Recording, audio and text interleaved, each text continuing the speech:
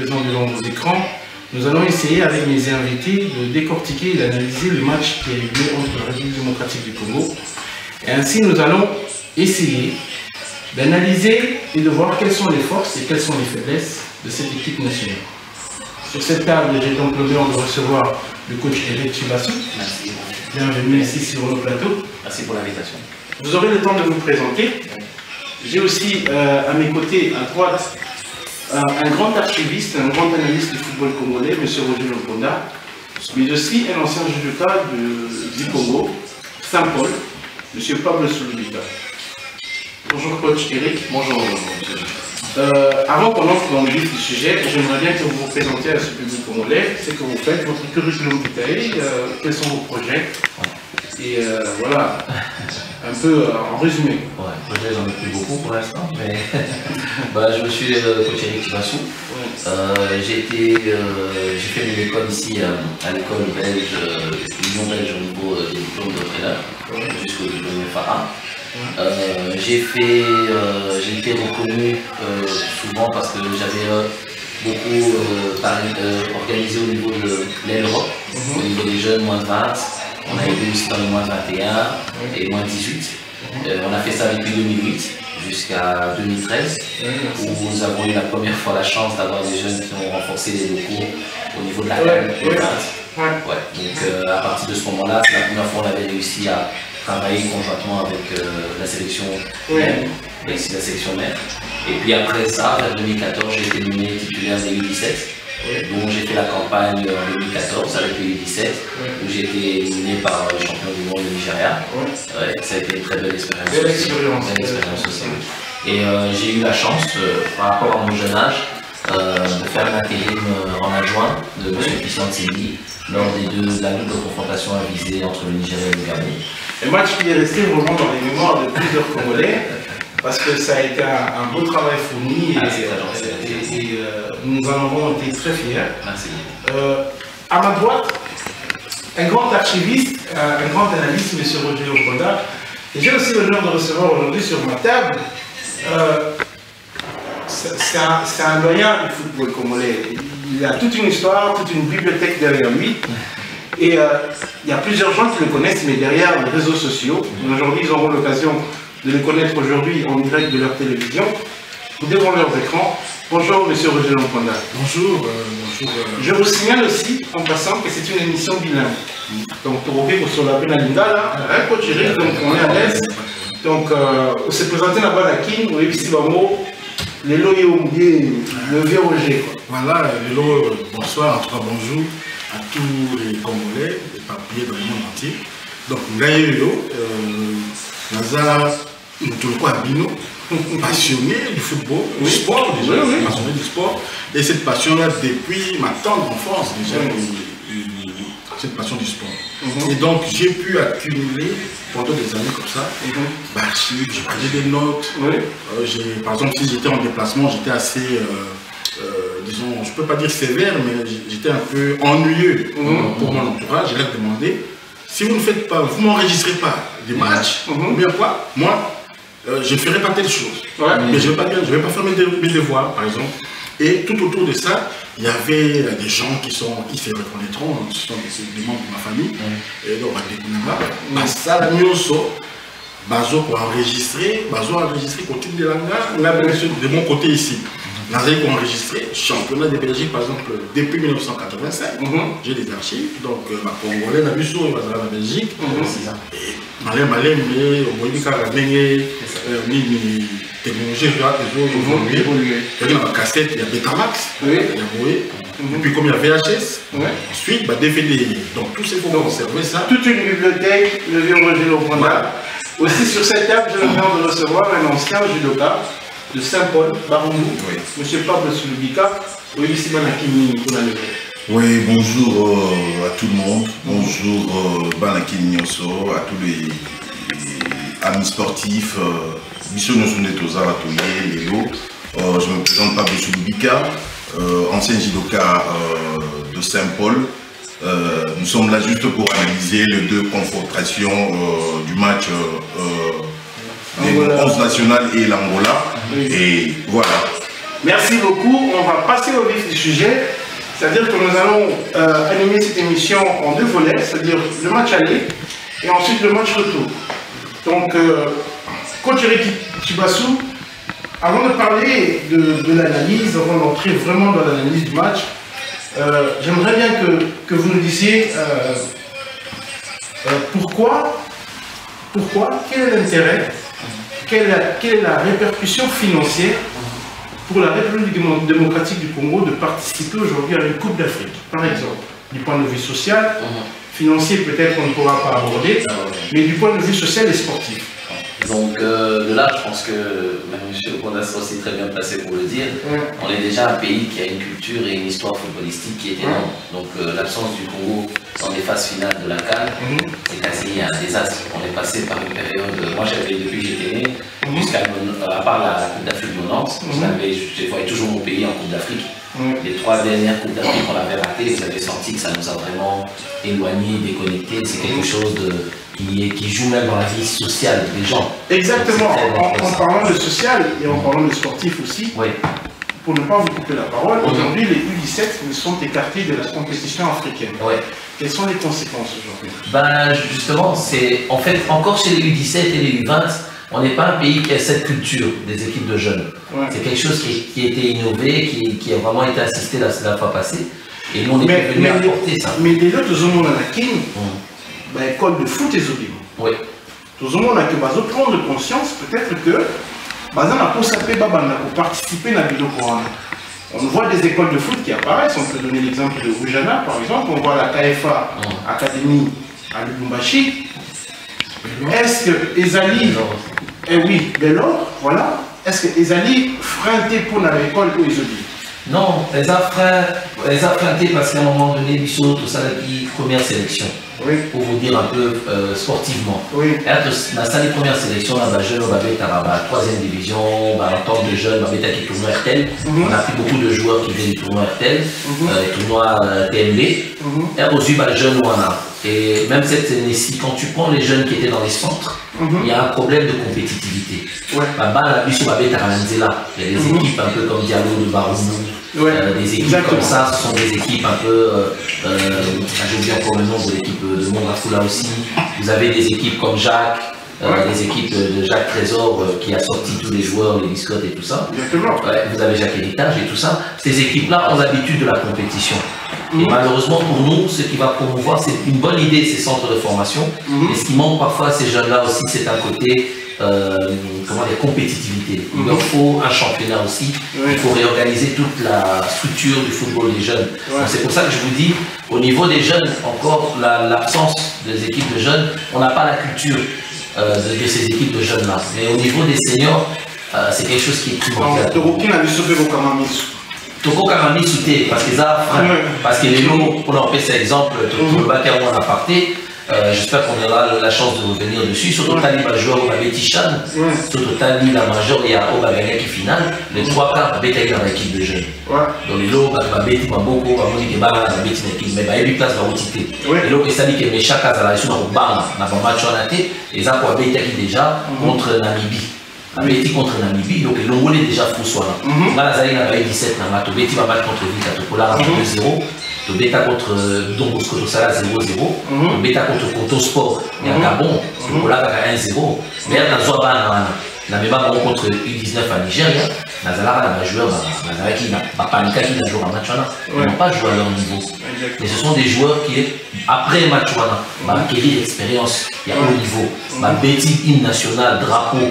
Donc c'est ça qui fait que Tozo permet à pays nous en avance par rapport à Nabiso. Vieux Roger, n'a évité maintenant la question concernant l'âge des joueurs. Déjà, tout le monde là-bas, les objets en ligne là-bas, on voit qu'il y a plus de jeunes qui viennent. Est-ce qu'à l'époque, ils avaient un peu de culture? Est-ce que les vieilles boucles, déjà au âge jeune, ou bien ils étaient déjà dans un âge avancé avant que tout y va? Vraiment, merci pour la question. Vraiment, quand je pense, gardien de Bissot, entraîneur de gardien de Bissot, vraiment, franchement, quand il a commencé, Poto, on a vraiment que match vite à Imana Libouslo, match jeune, il avait quel âge? Il avait 18 ans. Dès lors qu'il a toujours gardé le but. Mais Léopard Claude de Roy a tiré vraiment titulaire. Mais Léopard, malgré bon, moi fausse. Oui, c'est ça.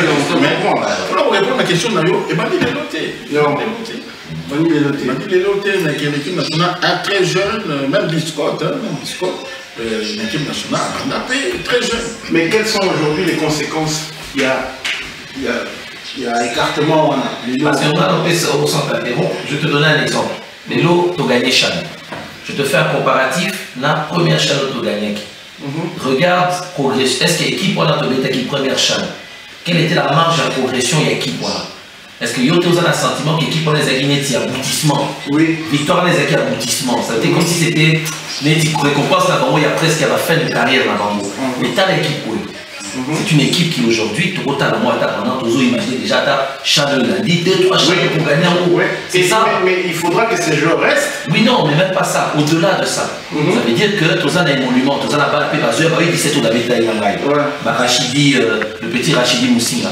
C'est un petit qui a fait le match Renesquet à Renaissance qui marque plus sur lui. Moi, je l'ai pris l'État Diallo. Il a joué les U17. Renaissance, le coach prend plein d'intelligence de le prendre. Vous voyez, c'est un gamin qui n'est pas au côté à l'élo, il est déjà U17 dans le Nigeria. Vous avez l'équipe, ils ont la marge à progression, comme font tous les autres pays. Et ça, ils ont les autres pays s'habillent sur le tandis qu'après, l'équipe, on a Ouibetaki, Bamputu, et Alain Carré. Qu'est-ce qu'on a fait après dans les deux chaînes qui suivaient? Vous avez vu ce qui s'est passé? Il fallait maintenant tous aller à la recours pour que nous ayons qui là. Il fallait rechercher encore des anciens. Et là, vous avez vu, on a fait table rase, on a mis des jeunes. Et aujourd'hui, on a une projection sur ça. Il y a des photocopies à moi, esprit voilà en fait. Vraiment, il est important de poser aux questions là, parce que voilà, on reconnaît que la FECOFA fait beaucoup des efforts, et surtout qu'on sait que la situation au pays, la situation financière n'est pas évidente. Donc déjà, ils ont fait un effort aujourd'hui avec cette double confrontation. Ils ont soutenu l'équipe nationale, le gouvernement congolais a mis la main dessus aussi. On les remercie. Mais il faudra que ça s'améliore. Et c'est notre souhait aussi. On ne peut pas seulement se limiter à dire que, ok, bon, c'est pas dans notre culture, mais espérons que dans l'avenir, ces choses s'amélioreront. Nous allons donc passer au vif du sujet aujourd'hui. Donc, on va commencer l'analyse du match aller. C'est-à-dire, je commence d'abord par un fanatique, un supporter qui sera peut-être un neutre, et qui donnera peut-être son avis par rapport au match qui a eu lieu, avant que nous entrions dans l'analyse et le décryptage. Monsieur Pablo Sulubika, les Vitamines ont gagné, au Sepelaki, le Monabiso, Tony Doyeba. Équipe nationale, Lelo est commis leader en Afrique centrale. Osons attendre Nîmes dans la jeune va progresser, va continuer, ou aux un espoir que va atteindre l'objectif normalement? Oui, évidemment, étant sportif, je pense que Bakoki a réalisé ma rêve mais personnellement, je m'aurais dire ceci. Tolini tout le monde a équipe Oyo, ils ont bêta, tout ça dans Saturne, Moko, ils allaient que héros, ça l'équipe n'a pas tel avait telle place, Moula, c'est Awa, Meshak Azobeta Awa, Nana Azobeta Awa, mais tant que toujours mon équipe, ils ont changé. Ils ont mis ça moi, image équipe. Voilà, ils ont mis ça moi, image équipe. Mais sur Moni, tout petit contre Angola, le match allait, bien qu'on a gagné, mais beaucoup de supporters de notre équipe nationale étaient déçus par rapport à la prestation. Mais ils étaient déçus, mais les résultats étaient là. Et je crois que oui, l'essentiel est que le résultat est là, c'est là. Mais Bissot a besoin de cohésion. L'équipe nationale a la cohésion, de garder tout ça dans l'image de l'équipe nationale, et ça va nous faire du bien. Oui. Voilà. Donc, pour la cohésion, ils ont été pour nous. Bon, peut-être Nabo mis en place à coach Ibengete. En tant que voilà, c'est lui le coach, c'est lui qui décide. Il y a un remplacement, on va jouer, mais chaque fois qu'on change, Hermo va jouer. Hermo va jouer, on va se faire un message, il va mettre ici Kamoko, ça là déjà bien. Mais pour changer Hermo, tout le monde a l'image, nous soit équipe. Et tout ça là, Hermo bien, tu peux se retrouver pendant Merci, monsieur Soulbita. Ça, c'était l'avis d'un supporter, un fervent, un amoureux du ballon rond. Mais maintenant, nous allons laisser la place aux spécialistes, peut-être. Évidemment, oui. Et si peut-être ceux qui les animent là, pour m'aber, pour changer d'équipe, peut-être que le coach il a ses raisons. On va commencer avec le coach Eric. Coach Eric, l'homme de visée, comme on a l'habitude de nous appeler. En regardant le match aller, quelle philosophie pouvez-vous tirer de ce match? Personnellement, je vais vous parler parce qu'il y a beaucoup de gens qui m'ont aussi interpellé en disant il y a pas mal d'appels.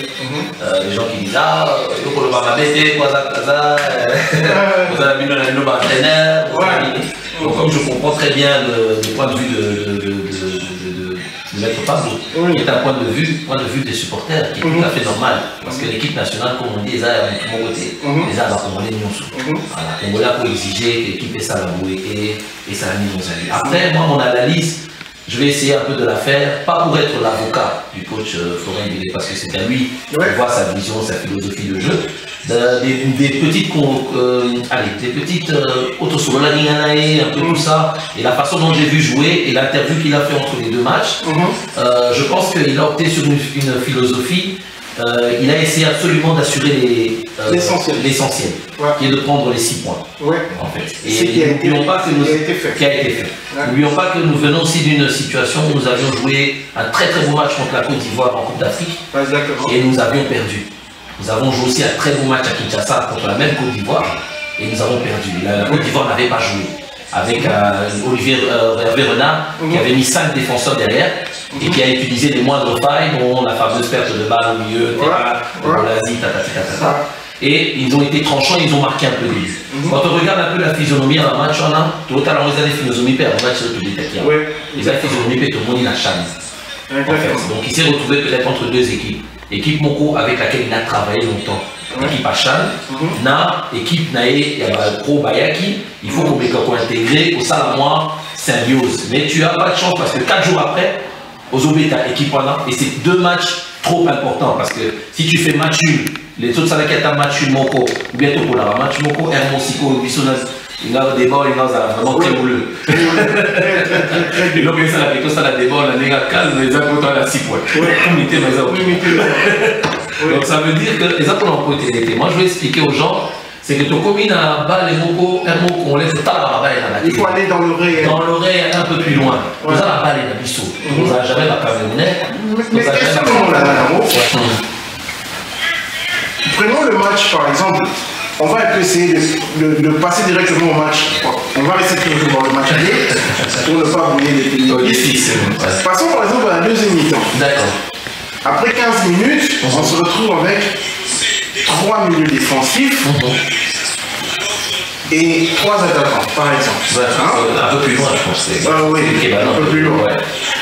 Si l'Angola marque, quelle doit être, selon vous, la prochaine étape d'un coach, par exemple? Parce que là, vous ne devez plus défendre, mais vous devez aussi attaquer. Tout à fait. Mais après 15 minutes, donc pendant la deuxième minute, dans la deuxième mi-temps, on se retrouve avec 3 milieux défensifs. On veut préserver le résultat, c'est ce que je comprends. Cas de figure, l'Angola marque un but partout. On procède comment? Justement, en fait, dans la prise de risque, on appelle ça une prise de risque. Dans la prise de risque qu'il a pris, il a minimisé justement ce cas de figure-là. Parce que quand tu renforces, on se retrouve avec 4 défenseurs centraux, on se retrouve avec 3 milieux, donc ça veut dire 7 personnes quasi qui défendent. Ce qui se passe aussi, c'est que l'Angola ne peut pas se projeter, parce qu'on a 3 attaquants, dont souvent Bolazi, Namoube et Bakitarate, et un gars qui reste au milieu. Donc forcément, si footballistiquement, quand tu as 3 gars qui restent là, quelle font la défense adverse? Il reste à combien derrière? 4. Donc tu vois déjà, tu enlèves 4, plus le gardien, donc ça fait 5, il ne te reste plus que 5 joueurs. Tu as normalement à 6 qui va plutôt rester, ça veut dire que tu as 5 joueurs de l'Angola qui restent quasi dans leur corps.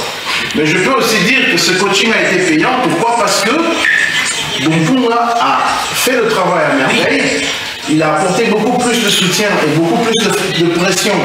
Et a fait que, par exemple, l'équipe de l'Angola n'a plus fait tourner le ballon comme il avait envie.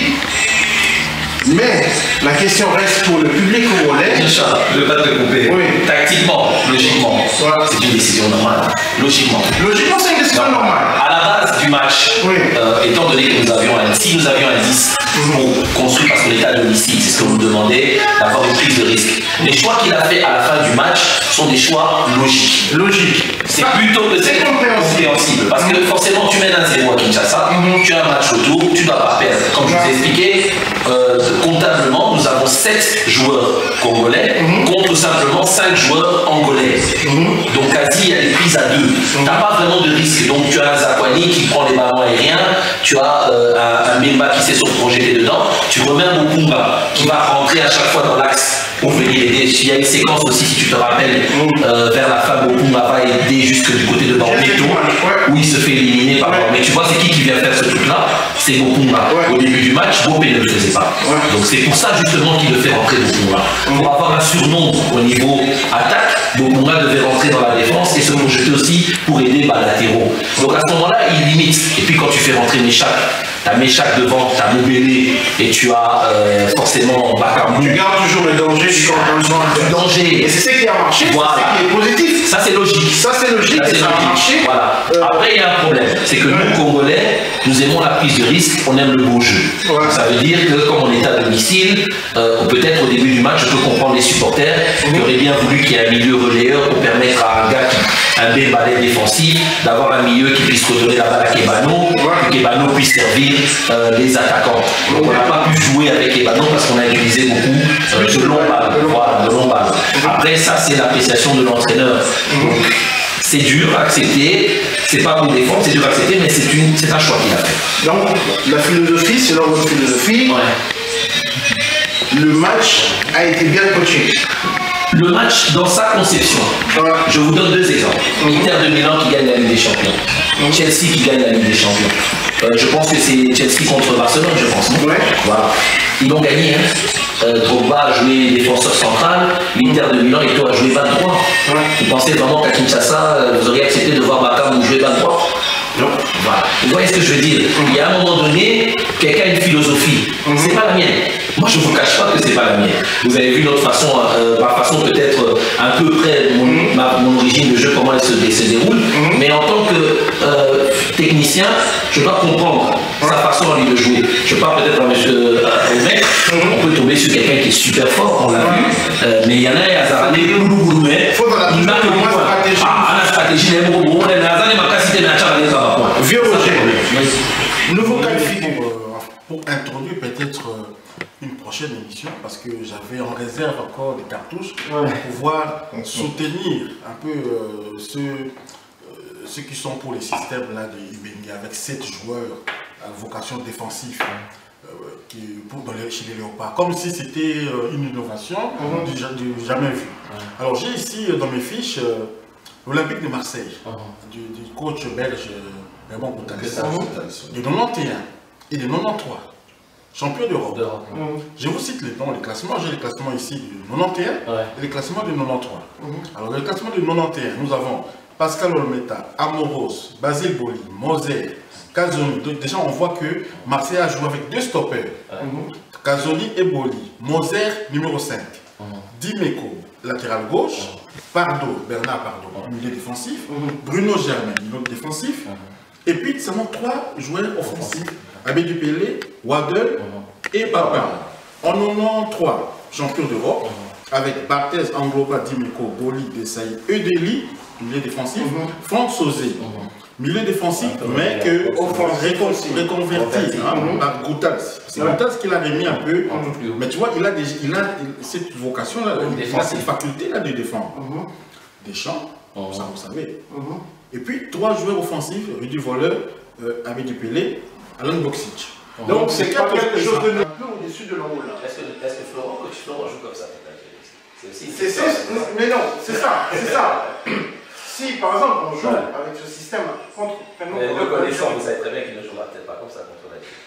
Bon, on a vu les matchs aussi contre le Cap-Vert, dans lesquels on a vu 3 milieux presque défensifs contre le Cap-Vert. Donc c'est à peu près toujours, on reste toujours dans la même dynamique, on reste toujours dans le même concept. ce que le coach a fait par exemple contre l'Angola n'est pas quelque chose de nouveau. Bon, en fait, Parce si qu'on a vous fait par remarquez exemple contre le Cap-Vert, on est resté avec Munganga, Mbemba et Lema qui est aujourd'hui au Maroc, si je ne me trompe pas. Donc on était toujours avec 3 milieux défensifs et on avait Makeli au banc par exemple, un joueur qui pouvait organiser les jeux. Je peux aller, franchement, dans ce que vous avez dit, oui. c'est super ce que vous dites aussi, c'est vraiment quelque chose d'intéressant. Reprenons la CAN. Ouais. Et moi je vais essayer, je dis, hein, je vous répète encore une fois, je ne suis pas défenseur. En tant qu'entraîneur, donc logiquement, j'essaie de me mettre à la place un peu du collègue et voir un peu quelle est sa philosophie. Regardez notre évolution à la CAN, jusqu'à ce qu'on soit éliminé par la Côte d'Ivoire. N'as-tu pas remarqué qu'au fur et à mesure que nous avancions dans la compétition, au fur et à mesure nous commencions à jouer au football. Ouais. Donc ça te donne un peu un indice sur Il y a les équipes. Non, même pas l'équipe, de la philosophie du coach Laurent. Voilà. Il y a des matchs. Le Cap-Vert, c'est quel match? C'est le 40e match. C'est le deuxième. Deuxième match qui suit quoi? Qui suit la Zambie. Est-ce que c'est un match important à gagner ou pas? À ne pas faire. Ça revient au match de l'Angola. Ouais. Tu vois ce que je veux dire? Tu commences à comprendre un peu sa philosophie. Ouais. Les matchs où à ne pas perdre, si tu suis la philosophie du coach, je pense, c'est des matchs où il essaye d'assurer. Mais est-ce que ma question, est-ce que perdre, est-ce que défendre, c'est une façon d'éviter de perdre? Parce que attaquer aussi, c'est une façon Tu d'éviter limites, de tu perdre. limites les dégâts, Mais tu ça- limites les risques de perdre. Mais ça peut aussi être dans le sens inverse. Mais tu as des joueurs qui ont, on a le Congo, des joueurs qui ont une capacité de faire des différences en un contre un. Tu as un Mabwati, tu as un Bolazi, c'est par rapport au profil de joueurs qu'on a. Malgré que tu n'as pas ces joueurs-là, tu as quand même Moubélé, tu as Meshak, tu as aussi des gars comme Mumbo, tu as Luvumbu. Tu as des joueurs qui, en Afrique, il n'y a pas beaucoup d'équipes qui l'ont. Donc je pense qu'il s'adapte aussi aux joueurs que nous avons. Il a une capacité d'avoir des joueurs qui ont cette possibilité de se projeter tout seul et de faire des différences. Pourquoi Hervé Renard met 5 défenseurs contre nous? C'est la question que moi je te pose. Pourquoi il met 5 défenseurs contre nous? Parce qu'il savait Il a qu'il joué fallait 2 fois courir. contre le Congo. Il a compris que le Congo, si tu vas comme ça avec eux, quand ils lancent là-bas, ces gars-là tout seuls en un contre un, c'est te fait des dégâts. Ils te font des dégâts. Voilà. Et ça, c'est Lui, vrai. lui, il l'a fait. Lui, il est en train de le faire. La Côte d'Ivoire a joué contre nous, le Congo, avec 5 défenseurs.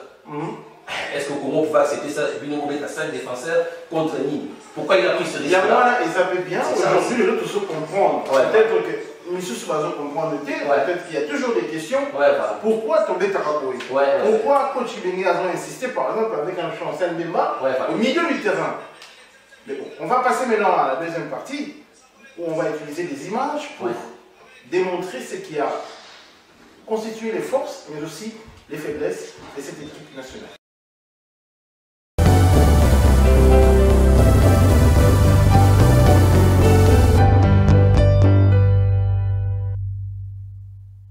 Nous sommes maintenant dans la deuxième partie de cette émission dans laquelle nous allons essayer d'analyser avec des images les forces bien sûr et les faiblesses de cette sélection nationale.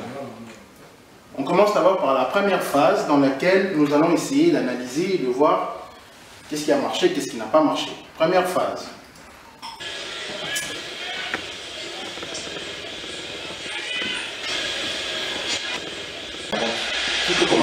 Ici, on voit Moubélé qui remonte avec le ballon.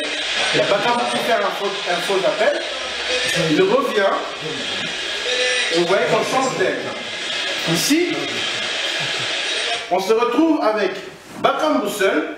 1, 2, 3, 4, 5, 6 joueurs angolais. Mais le Mali, ça qui lance le ballon. Coach Eric, pourquoi il ne reconstruit pas? Ok, donc j'avais expliqué un peu tout à l'heure. Ce qui se passe, c'est qu'on est dans une phase où on a envoyé un ballon à Bakambou. Donc grâce à la conservation de Bakambou, Bakambou permet à notre bloc pour une fois de monter. Donc maintenant, on est dans le camp adverse. Qu'est-ce qui se passe? Moubélé repasse par Chancel Mbemba. Mais en fait, Chancel, à ce moment-là, dans sa construction, aurait dû repasser peut-être par Bopé.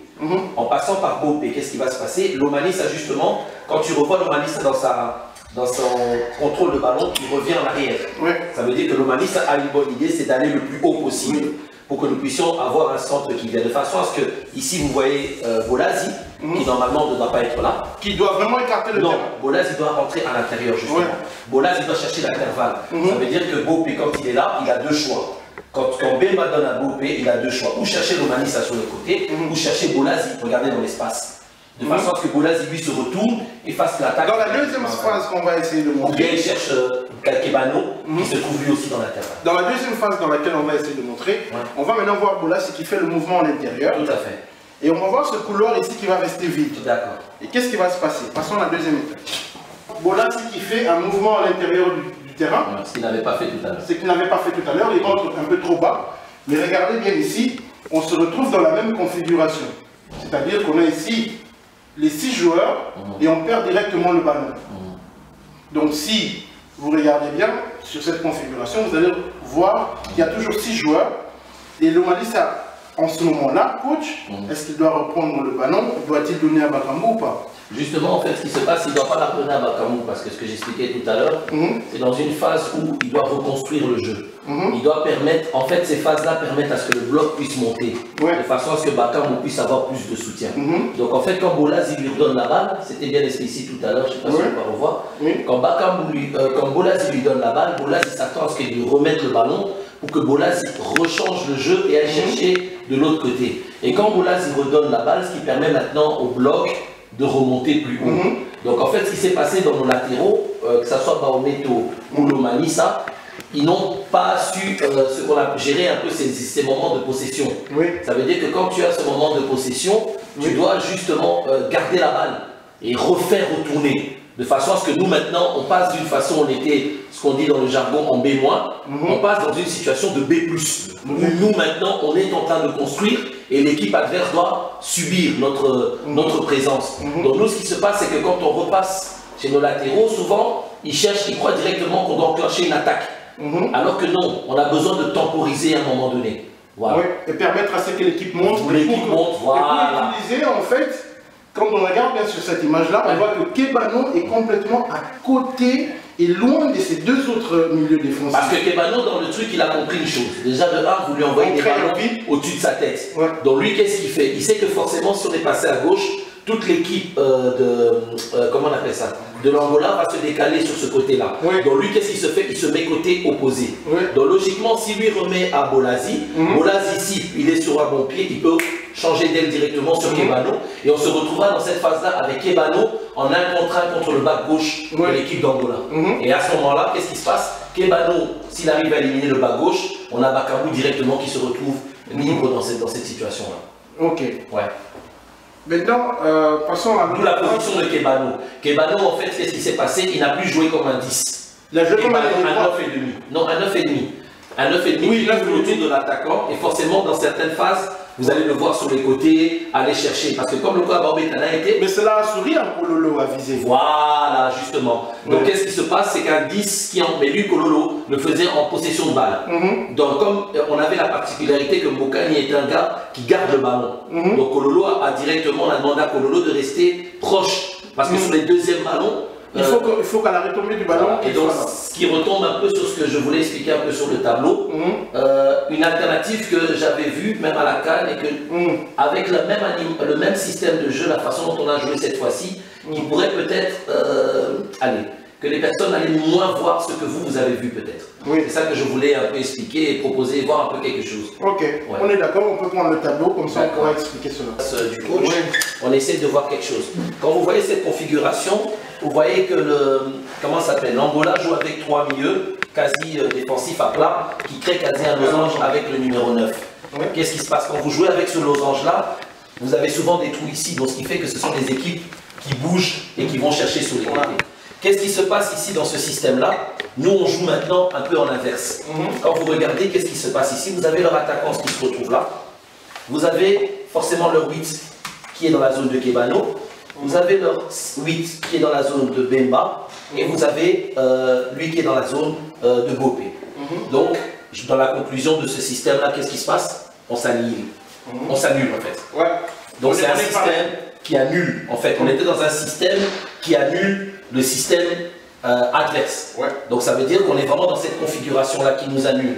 Donc c'est quelque chose qui est assez compliqué à comment dire ça, à gérer, à jouer. Donc c'est très compliqué parce que ce sont deux équipes qui, quand ils sont en possession de balle, c'est compliqué de construire. Et nous, on avait un défaut, c'est que par exemple à ce moment-là, on envoyait très vite les ballons, comme je vous ai dit, on ne construisait pas, et ça nous créait des trous dans les deuxièmes ballons. Et comme ils sont à 4, Forcément, si nos deux attaquants ici, comme vous dites, quand ils attendent les décalages, vous retrouvez avec Mbele qui vient là, vous retrouvez Bolazi qui est forcément là. Si même nos backs montent, vous voyez ce que je veux vous dire, regardez un peu ce qui se passe dans ce système-là. C'est que Mbemba reste là, Truc reste là, et regardez ce qui se passe, regardez la distance que nous avons entre nos 4 devant et ici. Mais c'est ce que je voudrais aussi dire. Ouais. Le problème aussi se pose au niveau du pressing. Ouais. Beaucoup de fois, on a vu à Luanda, Ouais. Chancel même va faire le pressing ici. Ouais. Bopé. Et c'est ce que j'ai aimé avec Bopunga, c'est que en deuxième mi-temps, même à Luanda, il faisait aussi ceci.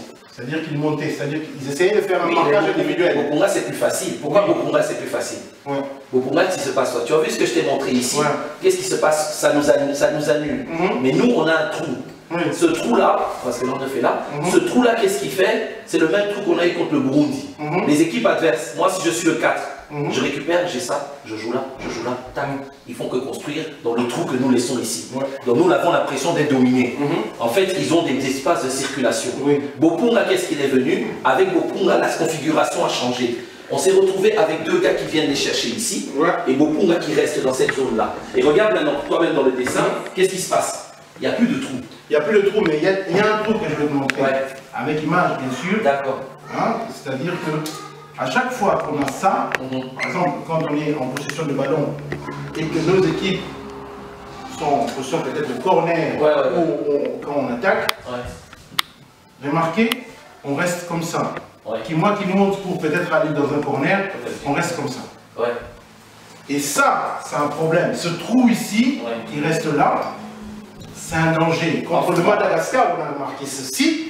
Contre l'Angola, au match retour, qui monte au pressing, et Zakwani qui reste ici derrière, avec l'attaquant direct.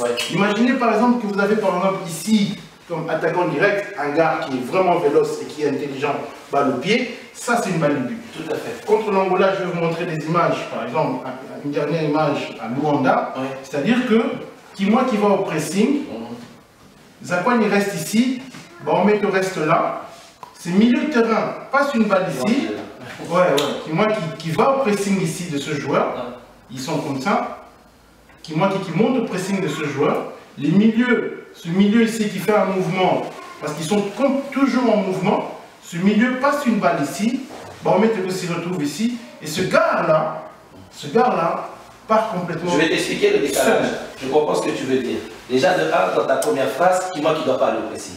Mais il y a plusieurs fois que Kima qui va passer. Donc déjà, en première mi-temps, on a un problème, je t'ai expliqué aussi sur les 2 latéraux, c'est 2 écoles qui se chevauchent.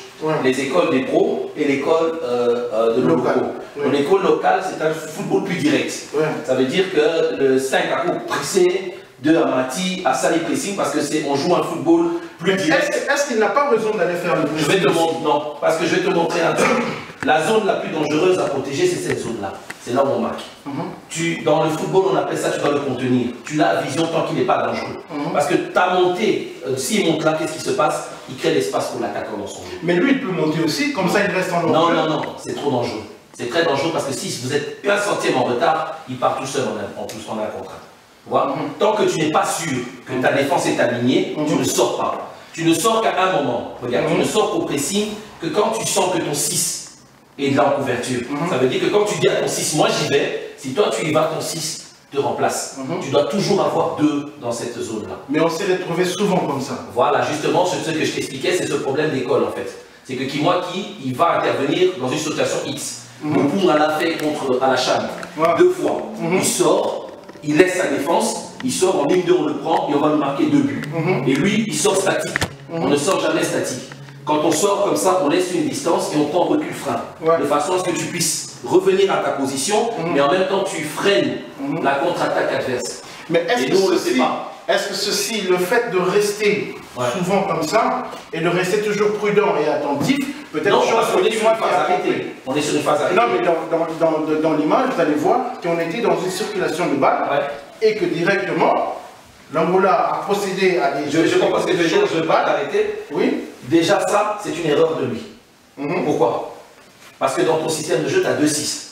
Ouais. Déjà, dans l'appréhension de la contre-attaque, tu dois déjà appeler. Hé, Nazana Moutoua, tu appelles déjà pour que tu aies cette couverture. De façon à ce que toi, tu ne sors pas.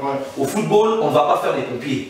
Tu dois replacer ton équipe pour te protéger. Alors toi, tu es là maintenant en deuxième couteau. De façon à ce que toi, à ce moment-là, tu es en deuxième couteau là, et en même temps, tu surveilles tes deux là. Utilisons maintenant l'image pour... Je vais juste te montrer un truc avant d'arrêter. Je vais juste te dire une chose. On a eu ce problème, comme vous avez dit, de trucs. Je parle aussi au monsieur Okunda qui en a un peu de pouvoir. Moi, j'avais réfléchi à quelque chose. Si on avait le même système de jeu qu'on a joué contre l'Angola, si on avait le même système de jeu qu'on a joué contre l'Angola qui joue en 4-3-3, avec forcément, on a ce problème tout le temps récurrent des deux ailiers qui restent. Et on a un problème aussi, c'est quoi? C'est qu'on n'arrive pas à faire jouer le numéro 10. Donc, dans le même système de jeu que le jeu direct qu'on a joué, moi, j'avais réfléchi plutôt à un truc qui pourrait nous permettre d'utiliser la même chose, mais qui aurait pu peut-être nous permettre d'avoir un peu plus de trucs. Donc j'avais réfléchi à ça. C'est de passer en 4-4-2.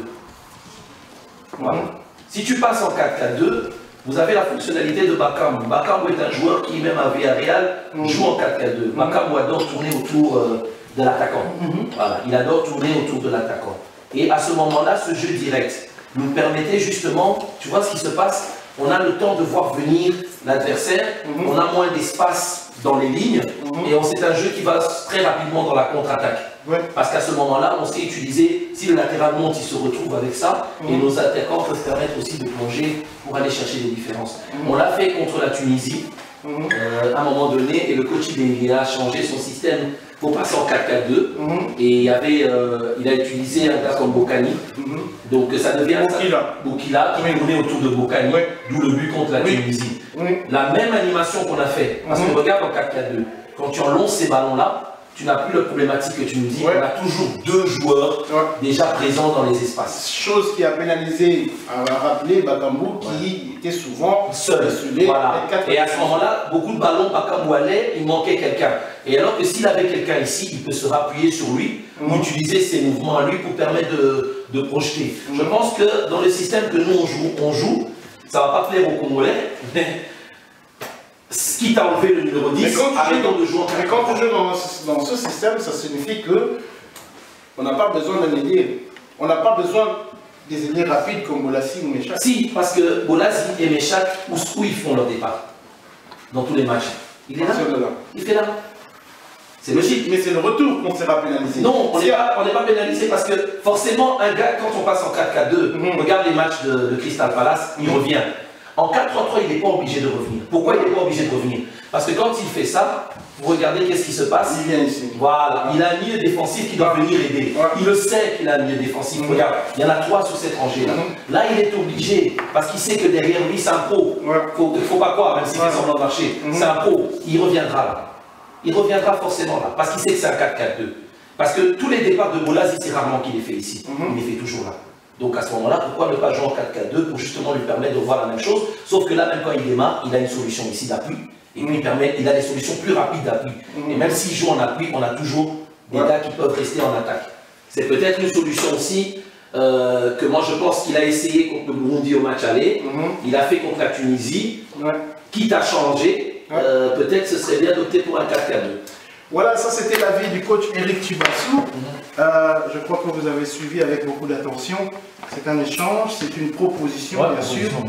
Ce n'est pas une obligation. C'est pas une obligation, ce n'est pas une correction, mais c'est son avis par rapport au système de jeu utilisé ou par d'autres écuries aussi.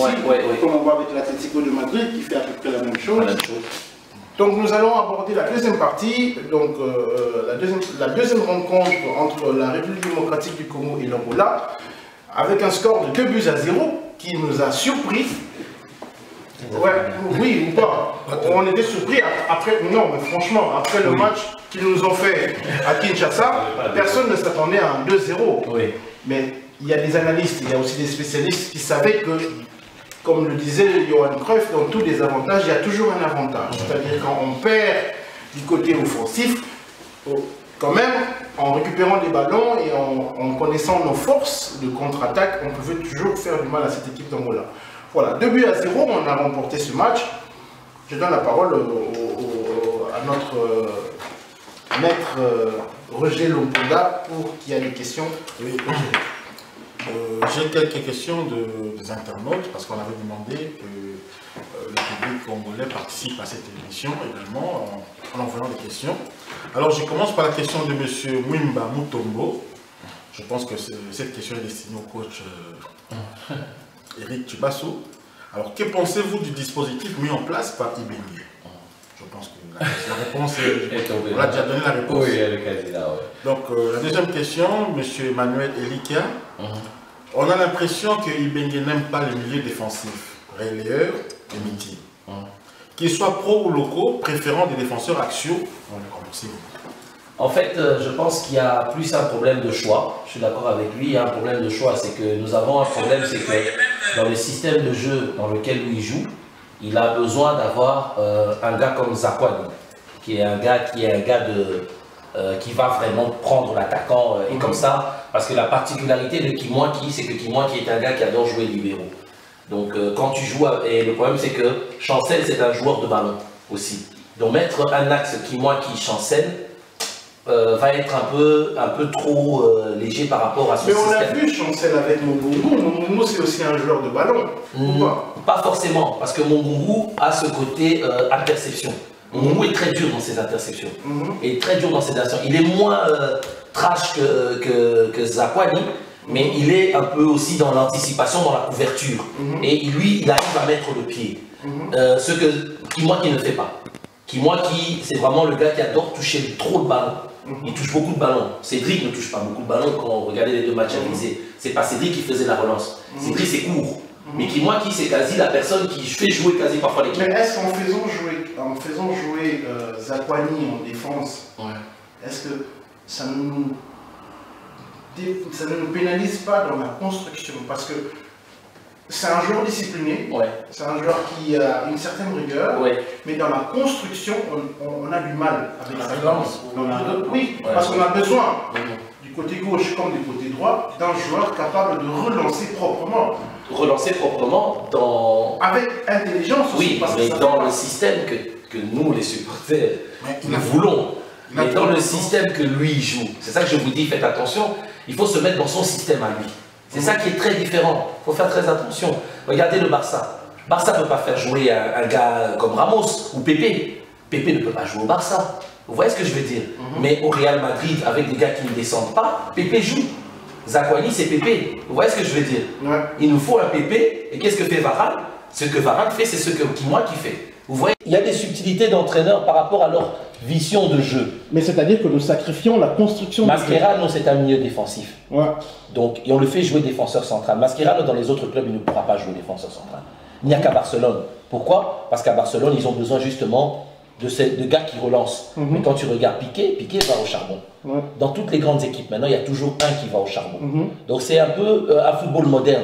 Il nous faut un gars qui fait justement le charbon. Parce que lui, comme un Pépé, Pépé ne fait pas de relance. Et c'est un peu un choix qu'il a pris. Parce que forcément, de toutes les façons, on ne fait que des longs ballons.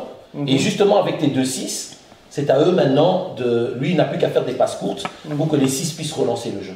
En fait, c'est ça qu'il choisit, en fait. En ce qui concerne Zakwani, justement, j'ai constaté que on le voit rarement récupérer le ballon sur l'adversaire. Regardez, là, il panique déjà. Voilà, il panique déjà.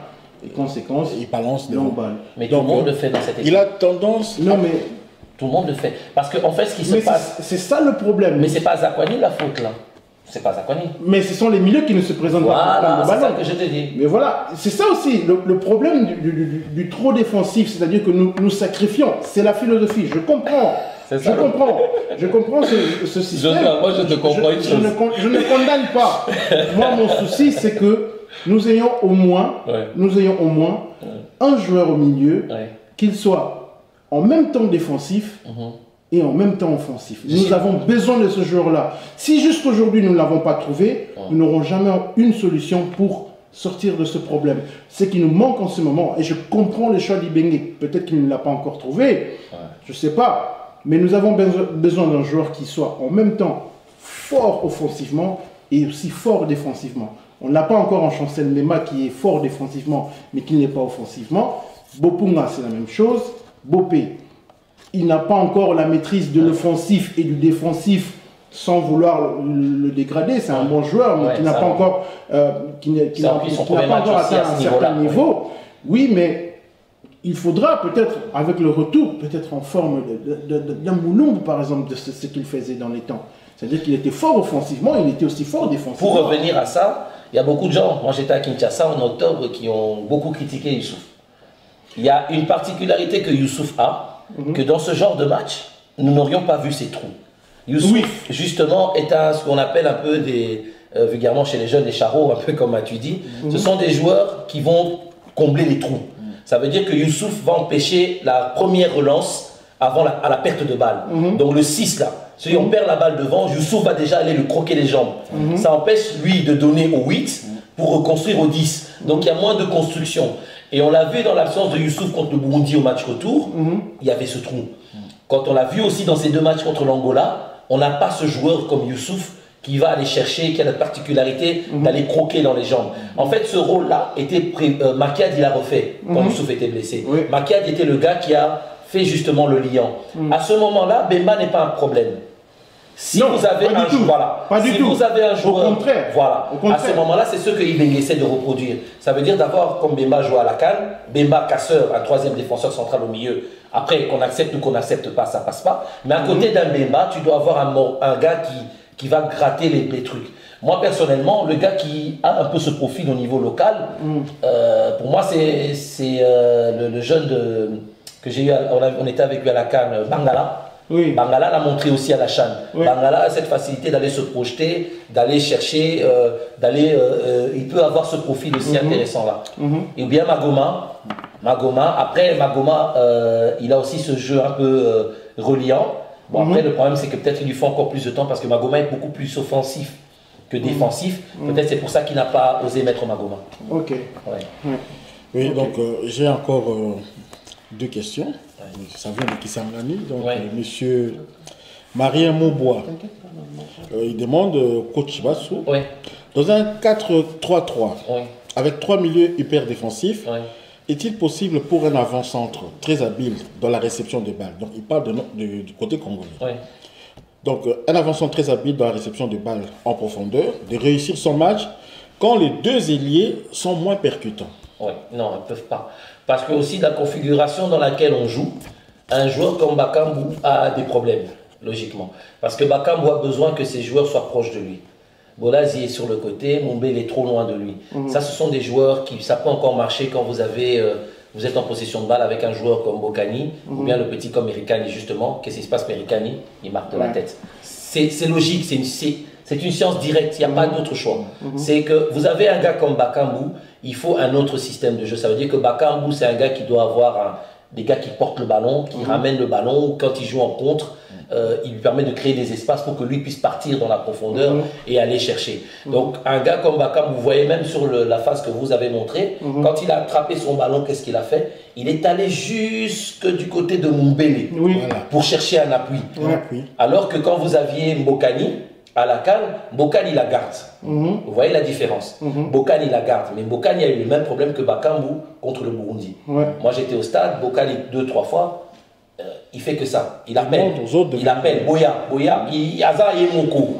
Et il n'arrive pas lui aussi à jouer la balle et naïe. Bokani a besoin d'un 10. Bokani n'a pas mieux joué que quand il avait Roum derrière lui. Et Bokani n'a pas mieux joué quand il avait un Poutou qui quittait son côté pour venir justement aussi jouer ce 9,5, tourner autour. Donc on aura un peu cette problématique parce qu'on a pris des joueurs qui n'ont... c'est pour ça que je vous jure, je ne sais pas si... c'est une idée, hein, mais je pense que le 4-4-2 peut être intéressant. Parce qu'avec des gars comme Afobé, une attaque à deux attaquants avec Afobé et comment on appelle ça, Afobé et Makambu, on peut faire une Bokani, Bakambu, Bolingi, Bakambu, Afobé. Vous voyez, à ce moment-là, on n'aura peut-être pas ce problème-là. Mais après, le problème, est-ce que le Congolais va accepter d'enlever le 10 le 10 légendaire congolais. Merci beaucoup. Je crois que c'est un débat qui ne prendra jamais fin. Je crois que peut-être on s'achemine vers la fin. Maître Pablo, public, il y a Kinshasa. Pour Nanini, tout le monde il y a des fois, au lieu de commissaire équipe, comment commissaire à Moi, je crois que c'est un problème que on a toujours vu ça chez nous. Oui. Par exemple, quand Daring Club Motema Pembe et Vita Club jouent, ou soit Vita Club joue contre une équipe de l'extérieur, équipe Wana Moussousou. Donc c'est le même problème, c'est les mêmes problèmes qui reviennent toujours chez nous. Au moment où l'équipe Ezobet a bien été, il faut toujours encourager l'équipe d'aller de l'avant, de faire le mieux. Merci beaucoup. S'il vous plaît, cette équipe et comme Gobet a bientôt commis, tout ça vraiment un sens, on a patriotisme, et toujours il y a aucune équipe. Je sais que moi je déplore beaucoup comment on a la situation de dans stade et puis et ça a bien milité. Merci beaucoup à tous nos auditeurs et à tous les téléspectateurs. Avant de terminer cette émission, une fois de plus, j'aimerais bien souligner qu'on n'a pas pu aborder tous les sujets qu'on avait prévus, faute de temps, mais aussi parce qu'il y en a tellement à dire, on n'en a jamais abordé, donc ça risque de ne jamais se terminer. C'est lui qui veut commencer. Merci beaucoup pour l'invitation, Joshua. Je suis très content d'être aujourd'hui sur le plateau et pour analyser ensemble avec le coach et mon vieux qui est juste à mes côtés. Donc je suis vraiment très touché par rapport à cette invitation et merci, à la prochaine. Voilà, donc vraiment pour une première, vraiment je pense que on ne va pas s'arrêter là, on va se poursuivre ce genre d'émission pour voir un peu la vision de la diaspora par rapport à ce qui se passe le sport congolais, plus en particulier le football. Je remercie toutes les personnes qui vont s'intéresser à notre émission et qui vont nous les faire savoir à travers les réseaux sociaux, ou bien notre adresse mail qu'on a déjà, que vous allez voir afficher justement à l'image. Merci, je vous passe la parole. Pour remercier pour cette invitation. C'est une initiative que moi franchement je trouve extraordinaire, parce que c'est une initiative qui permet vraiment, vraiment un truc très pointu de pouvoir analyser, de pouvoir permettre aux personnes de s'exprimer aussi. J'espère que la prochaine fois il y aura beaucoup plus de questions au niveau des supporters, des internautes, pour que nous puissions avoir à débattre dessus aussi. Moi je tiens aussi à expliquer vraiment aussi que ne pas oublier une chose, c'est que dans un débat, dans un truc, chacun a son point de vue, c'est vraiment libéral, libre. On n'oblige pas notre pensée. On n'a pas dit aujourd'hui parce qu'on a fait le tableau qu'on peut entraîner le Real Madrid ou Barcelone. C'est simplement le fait de pouvoir partager, d'essayer de comprendre et d'essayer un peu d'expliquer. S'il y a des gens qui sont satisfaits, d'autres ne le sont pas. De toutes les façons, c'est ça le but. Mais je vais vraiment vous remercier pour l'initiative et vous encourager.